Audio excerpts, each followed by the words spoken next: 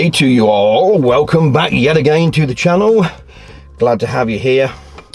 This is part 2 with 7 more and maybe a bonus. 7 more minimum things you can do with an EV that you cannot do with a fossil fuel ice car, a dyno fuel car, whatever you people call them out there, folks. I prefer dyno fuel because it makes a mockery of it, dinosaurs, blah blah blah. But hey ho, so maybe I'm taking the mickey out of myself as well, because I did drive them for 45 years and some were massive, some were big V8s. The majority of cars I ever owned were big V8s. So yeah, we ain't all perfect, are we? And I did enjoy those many years of polluting the world, but now I'm making up for it by going full electric, which I have done for nearly 2 years now. So yes, this is part 2. Hope you're going to enjoy this one. And if you have got a fossil fuel car and you're thinking of transitioning over to an EV, please comment below, ask me anything you want. I will try and give you the answers. I'm not all great, I'm not brilliant by any means. I've got more faults than probably you have. But by all means, give me a shout on the channel. So let's get ahead with this. Let's get on with part 2. Enjoy. Okay, number 1, first thing back at you for this part 2 of 7 lovely things that an EV can do. Number 1, it's going to be a bit of maths, so if you're not maths orientated, and I'm not by any means, it might be a little confusing, but I'm going to make it as simplistic as possible. This number 1 is going to shock the hell out of anybody driving a fossil fuel car, and even more so if you're driving a car doing around 20-25 to the gallon. I'm going to get inside, get a calculator, do these figures. Alrighty then, the figures you see here is the ICE car averaging 35 to the gallon, which is the norm in the UK, against an EV doing around 5 per kilowatt. So we'll do this one first. So as you see that there now, that is £1.50 per litre. So what I'm going to do now is, if I times 4.5, it now equals £6.75 a gallon. Okay, obviously divide that by 35 mile, which will then give you 0.1928. And for this I'm going to up everything. I'm not going to down everything, I'm going to up everything. So in other words, that's 20 pence. Let's face it, folks, it's 20p a mile that you're actually being charged to use your fossil fuel car. Okay, now we're on to the EV. Now with the EV, you are being charged around 17p. So that 17p will actually get you 5 mile. So if you divide that by 5, it equals 0.034. Now, like I say, I'm going to round it up, not down. So that's 4 pence per mile for an EV, 20 pence a mile for a fossil fuel car. Okay, back to this again, folks. Now, I'm going to do this at the extreme of 60 to the gallon. Now, there ain't many cars, no matter how much you argue, folks out there ain't many cars that can do 60 plus miles per gallon. I've got a diesel out there that I've been using for work that does 26 on average, and that's only a 2.2 diesel. So let's say 60 is the extreme per gallon. Obviously divide that by the 4.5 litres, okay, in a UK gallon, and it's 13.33. I'm going to round that up and you're getting 14 mile per litre. Okay, let's do the extreme now of the EV. Okay, the EV. Now, charging at night, a lot of people are getting it at 10, 11p. So I've gone for 10p. So this is an extreme at night time. So that's all I'm being charged, 10 pence for 1 kilowatt. Now, I know there's certain cars out there, certain EVs, if you drove them like a vicar, on the extreme of things, will give you at least 7 per kilowatt. Now, I've seen that figure in a couple of cars before. So if you divide that by 7, okay, it's going to bring it out at 0.014. That's 1.5 pence. But to be fair, I'm going to top it up. So that makes that 2 pence. 2 pence for every mile that you do in an EV. 28 pence for 14 miles. Whereas on a fossil fuel car, it's costing around £1.50. If you do it with an EV, 60 miles for £6.75 or 60 miles for £1.20. Your choice. Okay, I'm hoping this isn't getting too overhauling in your brain there, so it's blowing my head already. This differential of costs is phenomenal. Last but not least is the worst scenario. Now the worst scenario is the worst I'd ever get per kilowatt out of mine or any other EV on the market. You know, taking it to every bit of speed limit and blah blah blah. And the worst scenario that you'll get out of a gallon of fuel, be it diesel or petrol. So we're going to aim at petrol because that'd probably be the worst. And obviously I'm going to look at the cars I used to drive, 5 litre GT Mustang for example, or if you don't want to be that silly, just look at some of the Japanese high revving, high tuned cars. They ain't doing no more than 20 to the gallon. Range Rovers, the early Range Rovers, the petrol ones, 14 to the gallon. You know, I mean, come on. I'm going to do it at a worst scenario of about 18 to the gallon to make it fair. That's the worst scenario. Now there's a lot more cars worse than that. So I'm going to do 18 mile per gallon on fossil. And I'm going to do the EV at 3 per kilowatt. Let's see what happens. Okay, so you're getting 18 miles per gallon out of a fossil fuel car, and you're getting 3 miles per kilowatt with an EV. So if you do the maths, you're ready to get shocked here. It's £6.75 a gallon. Okay, so again, I've rounded these figures up, not down, to be fair to both. It is costing you, with your V8, V6 or large highly tuned petrol or diesel engine, 38 pence for every 1 mile. 1 mile you do. And even the worst scenario with an EV only doing that for every kilowatt, okay, it works out at a day rate of 0.17 pence to charge it here at home. The worst I pay, or the worst most people pay actually, comes to 0.6 pence per mile. Now, what do you want to do? Do you want to pay that? Do you want to pay that? Time to sell your car. Is it not? Because things are only going to get worse, not better. And it doesn't matter if electric goes up, because petrol's going up. And it will never ever be the same. And I've done all this, don't forget, this what you're looking at now has all been done per mile on actual running cost, not how much your vehicle owes you or anything of that nature. Because let's face it, it could be a £20,000 fossil fuel car against a £20,000 EV. It makes no difference. You paid the same for it. So let's bang that argument straight out the door. The figures speak for themselves, folks. Frightening. Get it sold. Okay, back in, guys. Well, that number one's shocking, but I won't dwell on that. Let's get on to number two. Number two brings me to what you do in the morning on a cold morning.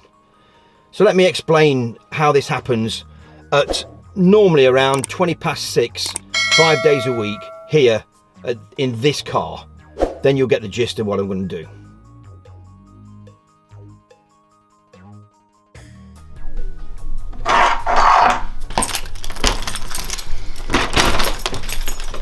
Pitch dark. Luckily I've got these things on that are on every single night. Typical morning. Oh dear. As you can see, everything is frozen up, solid. Okay, but if you notice, mine is starting to defrost. Oh look, it's becoming clear on the screen. I'll get in and I'll show you. Oh yes. Oh, not long been up, folks, so bear with me. Yes, I've come down to show you before we set off on our daily occurrence. One thing that you just simply cannot do with, I'll have some light on, with a regular fossil fuel car, and that's this. This is happening now. Silent outside, no neighbours being woke up. Okay, very quiet. But my heater is on, but it's not turned on. So in here at the moment, I'd say it's about 18 degrees, something of that nature, 20, and it's getting warmer. So this is the brilliant thing about every single cold morning. I can come in here and have this preset on the app, ready to go with the heater. Turn her on, and when I turn it on, the heater calms down, comes on, ready to go, like a normal car. But by now, this is blowing hot air.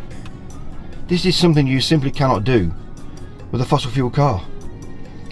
You might be able to come out in the morning and defrost all this, and if you see now on my lights, look, it's that good now, I can just do that. All the ice is gone.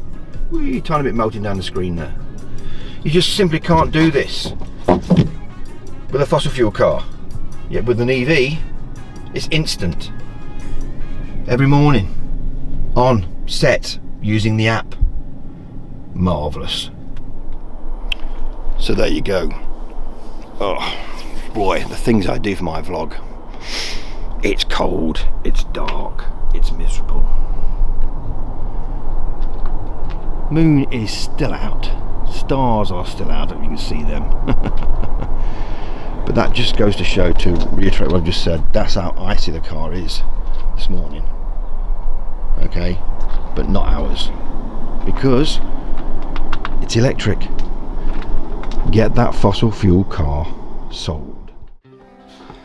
Okay, here is the BMW app that I use daily. Simple to use. You can lock the car, you can unlock the car, you can turn your lights on, you can put the heater on, or heater fan on. You can find where your vehicle is. You know, it'll take you to a map exactly and tell you the address and everything. Let's go back to home. Remote history, okay? That'll tell you what you've done with the app off your remote and off this app. Charging profiles, unlocked it, look, put my lights on, blah, blah, blah. How many times you've charged and what kilowatts you've put in. Find charging stations, take you straight to the map with all the charging stations on around your local area. Charging climate control timers.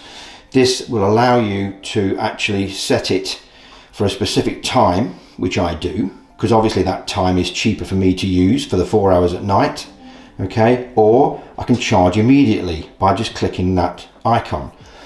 That will then take the timer off. You can set all the timers down here, and you can set them as many times as you want. You know, you can have it every day, 7 days a week, or you can have it just for 1 day a week, or whatever. And then all you do is simply click that where it says update my BMW, and it will send it to the car, and within about 10 seconds your settings are changed. You can schedule a service through BMW, which I will never do.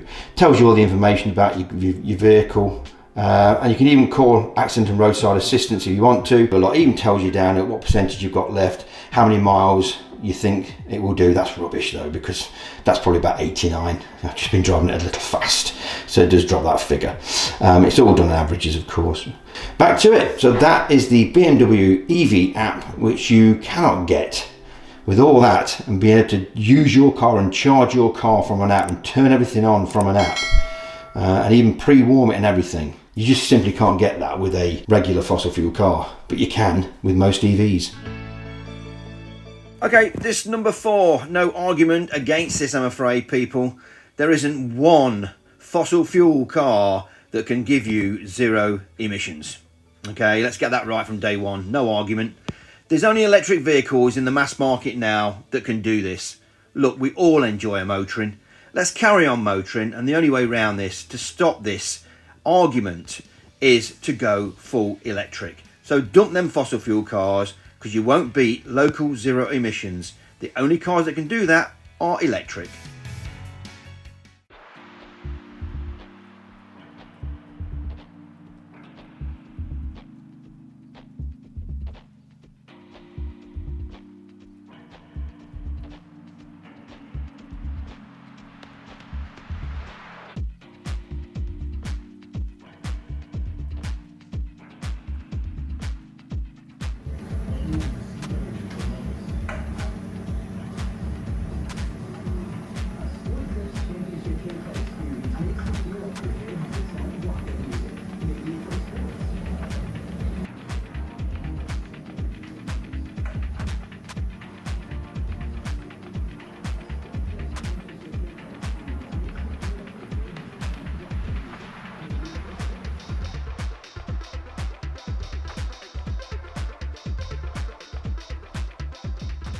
Oh yeah, just a quick one out there. If you want to buy something for Christmas for a guy or a lady, get on their website, okay? Support the ex-veterans and ongoing veterans and everything else that goes with it. Super cap, that was 12 quid off the site. So Help for Heroes. All right, get on there now. Go and do your bit. Yeah, go support them.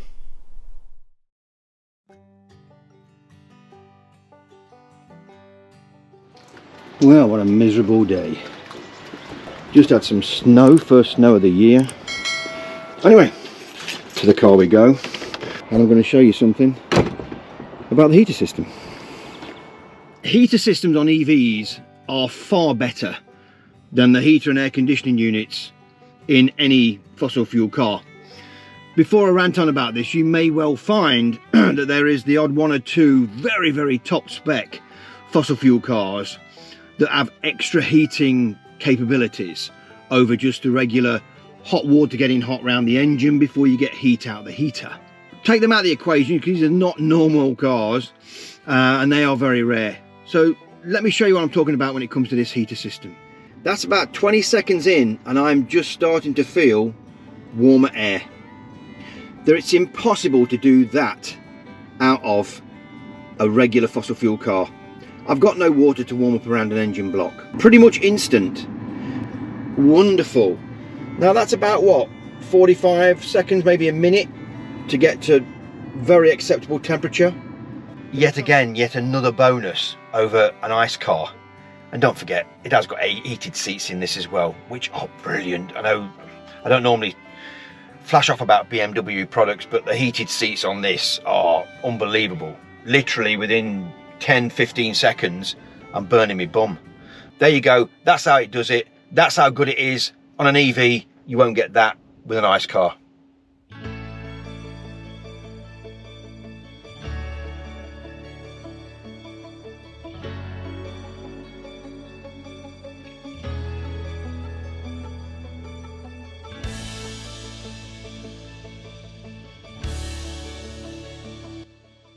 Well, this is the big one for EVs, and that's autonomous driving. There is semi-autonomous, and my i3 can do semi-autonomous. Get all on the steering wheel, your sensor will, or camera in the front, will match onto the car in front, or the truck, or whatever you've got in front of you, and then it will go to that speed. Now you can't use this more than 35 mile an hour, being semi-autonomous, and it will not turn corners for you, so don't expect it to go left or right. Now the i3 is meant to only work on highways stroke motorways. Well, this works on dual carriageways, on major A roads here in the UK. I know it does, I've used it a couple of times. It's great. You take your foot off, you take your hands off the steering wheel, and it will follow the vehicle in front. It will stop, it will brake, and then when that vehicle moves away, the i3 will move away with it. It's exactly the same speed. Above 35, it will knock off anyway. It will also knock off if you decide not to touch the steering wheel now and again, and you'll get a big warning saying keep hands on wheel. Well, you don't have to, you just have to touch the wheel now and again, and you can let it do its thing.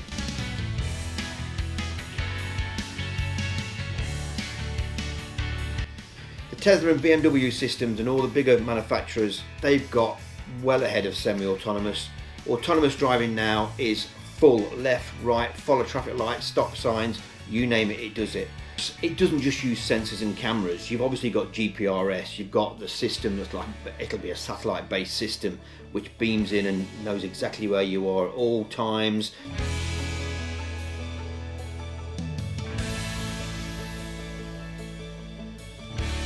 I'm going to show you something now at the back end of this video, and when I've stopped ranting, and it's where the Tesla car comes to a stop and it actually self-parks itself without a driver in it. Well, here it is. You decide. I think it's super clever. I think it can be a time saver. That guy now can just leave that car. It'll park itself, as you're going to see in a moment. He can come back to it. It'll be locked up, ready to be used again. But would you stand there and watch it? You probably would. And it's a very similar system as well. You can get it if it's like a valet service. If you've parked up in a car park and you forgot where your car is, you can click on the app and the Tesla will actually come to you through traffic and pedestrians and park in front of you. Amazing or dangerous, you decide. I think it's amazing. And if I had a Tesla and it had that, I'd use that. I'd come out of the shop and just press it and watch it come and park up, get in it, away you go. Marvellous. But that's just me. Maybe I'm just being lazy, or I like modern tech too much. BMW and big manufacturers like that are coming on board. You saw at the beginning of this one, of this number 7, that they were part of that. If you want to see more, go on to bmw.com. It was only a little snippet I used just to give you an idea about autonomous driving. So that wraps this up. That's your 7, okay, with the autonomous. I hope you enjoyed this one. This was part 2, so you've had at least 14 things now that an EV can do that a normal fossil fuel can't. Some fossil fuel cars are on the very edge of being able to do a few of these things, but not as simplistic as the EV can, not as easy, not as techy as the EV can. And don't believe that fossil fuel cars are going to get any edgier, because they're not. All the tech now is going into EVs, not fossil fuel cars. Anyway, please subscribe if you've not already. Join the channel, be nice to me, be nice to yourself, and press that icon bell, bing, so that every time I put one on you get notification. It does help the analytics of the channel, so I would appreciate it. And all these likes also help.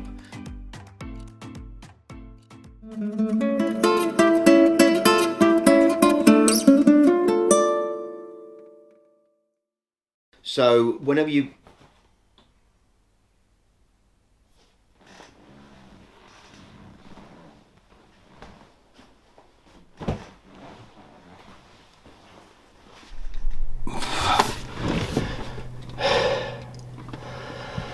still not f***ing right.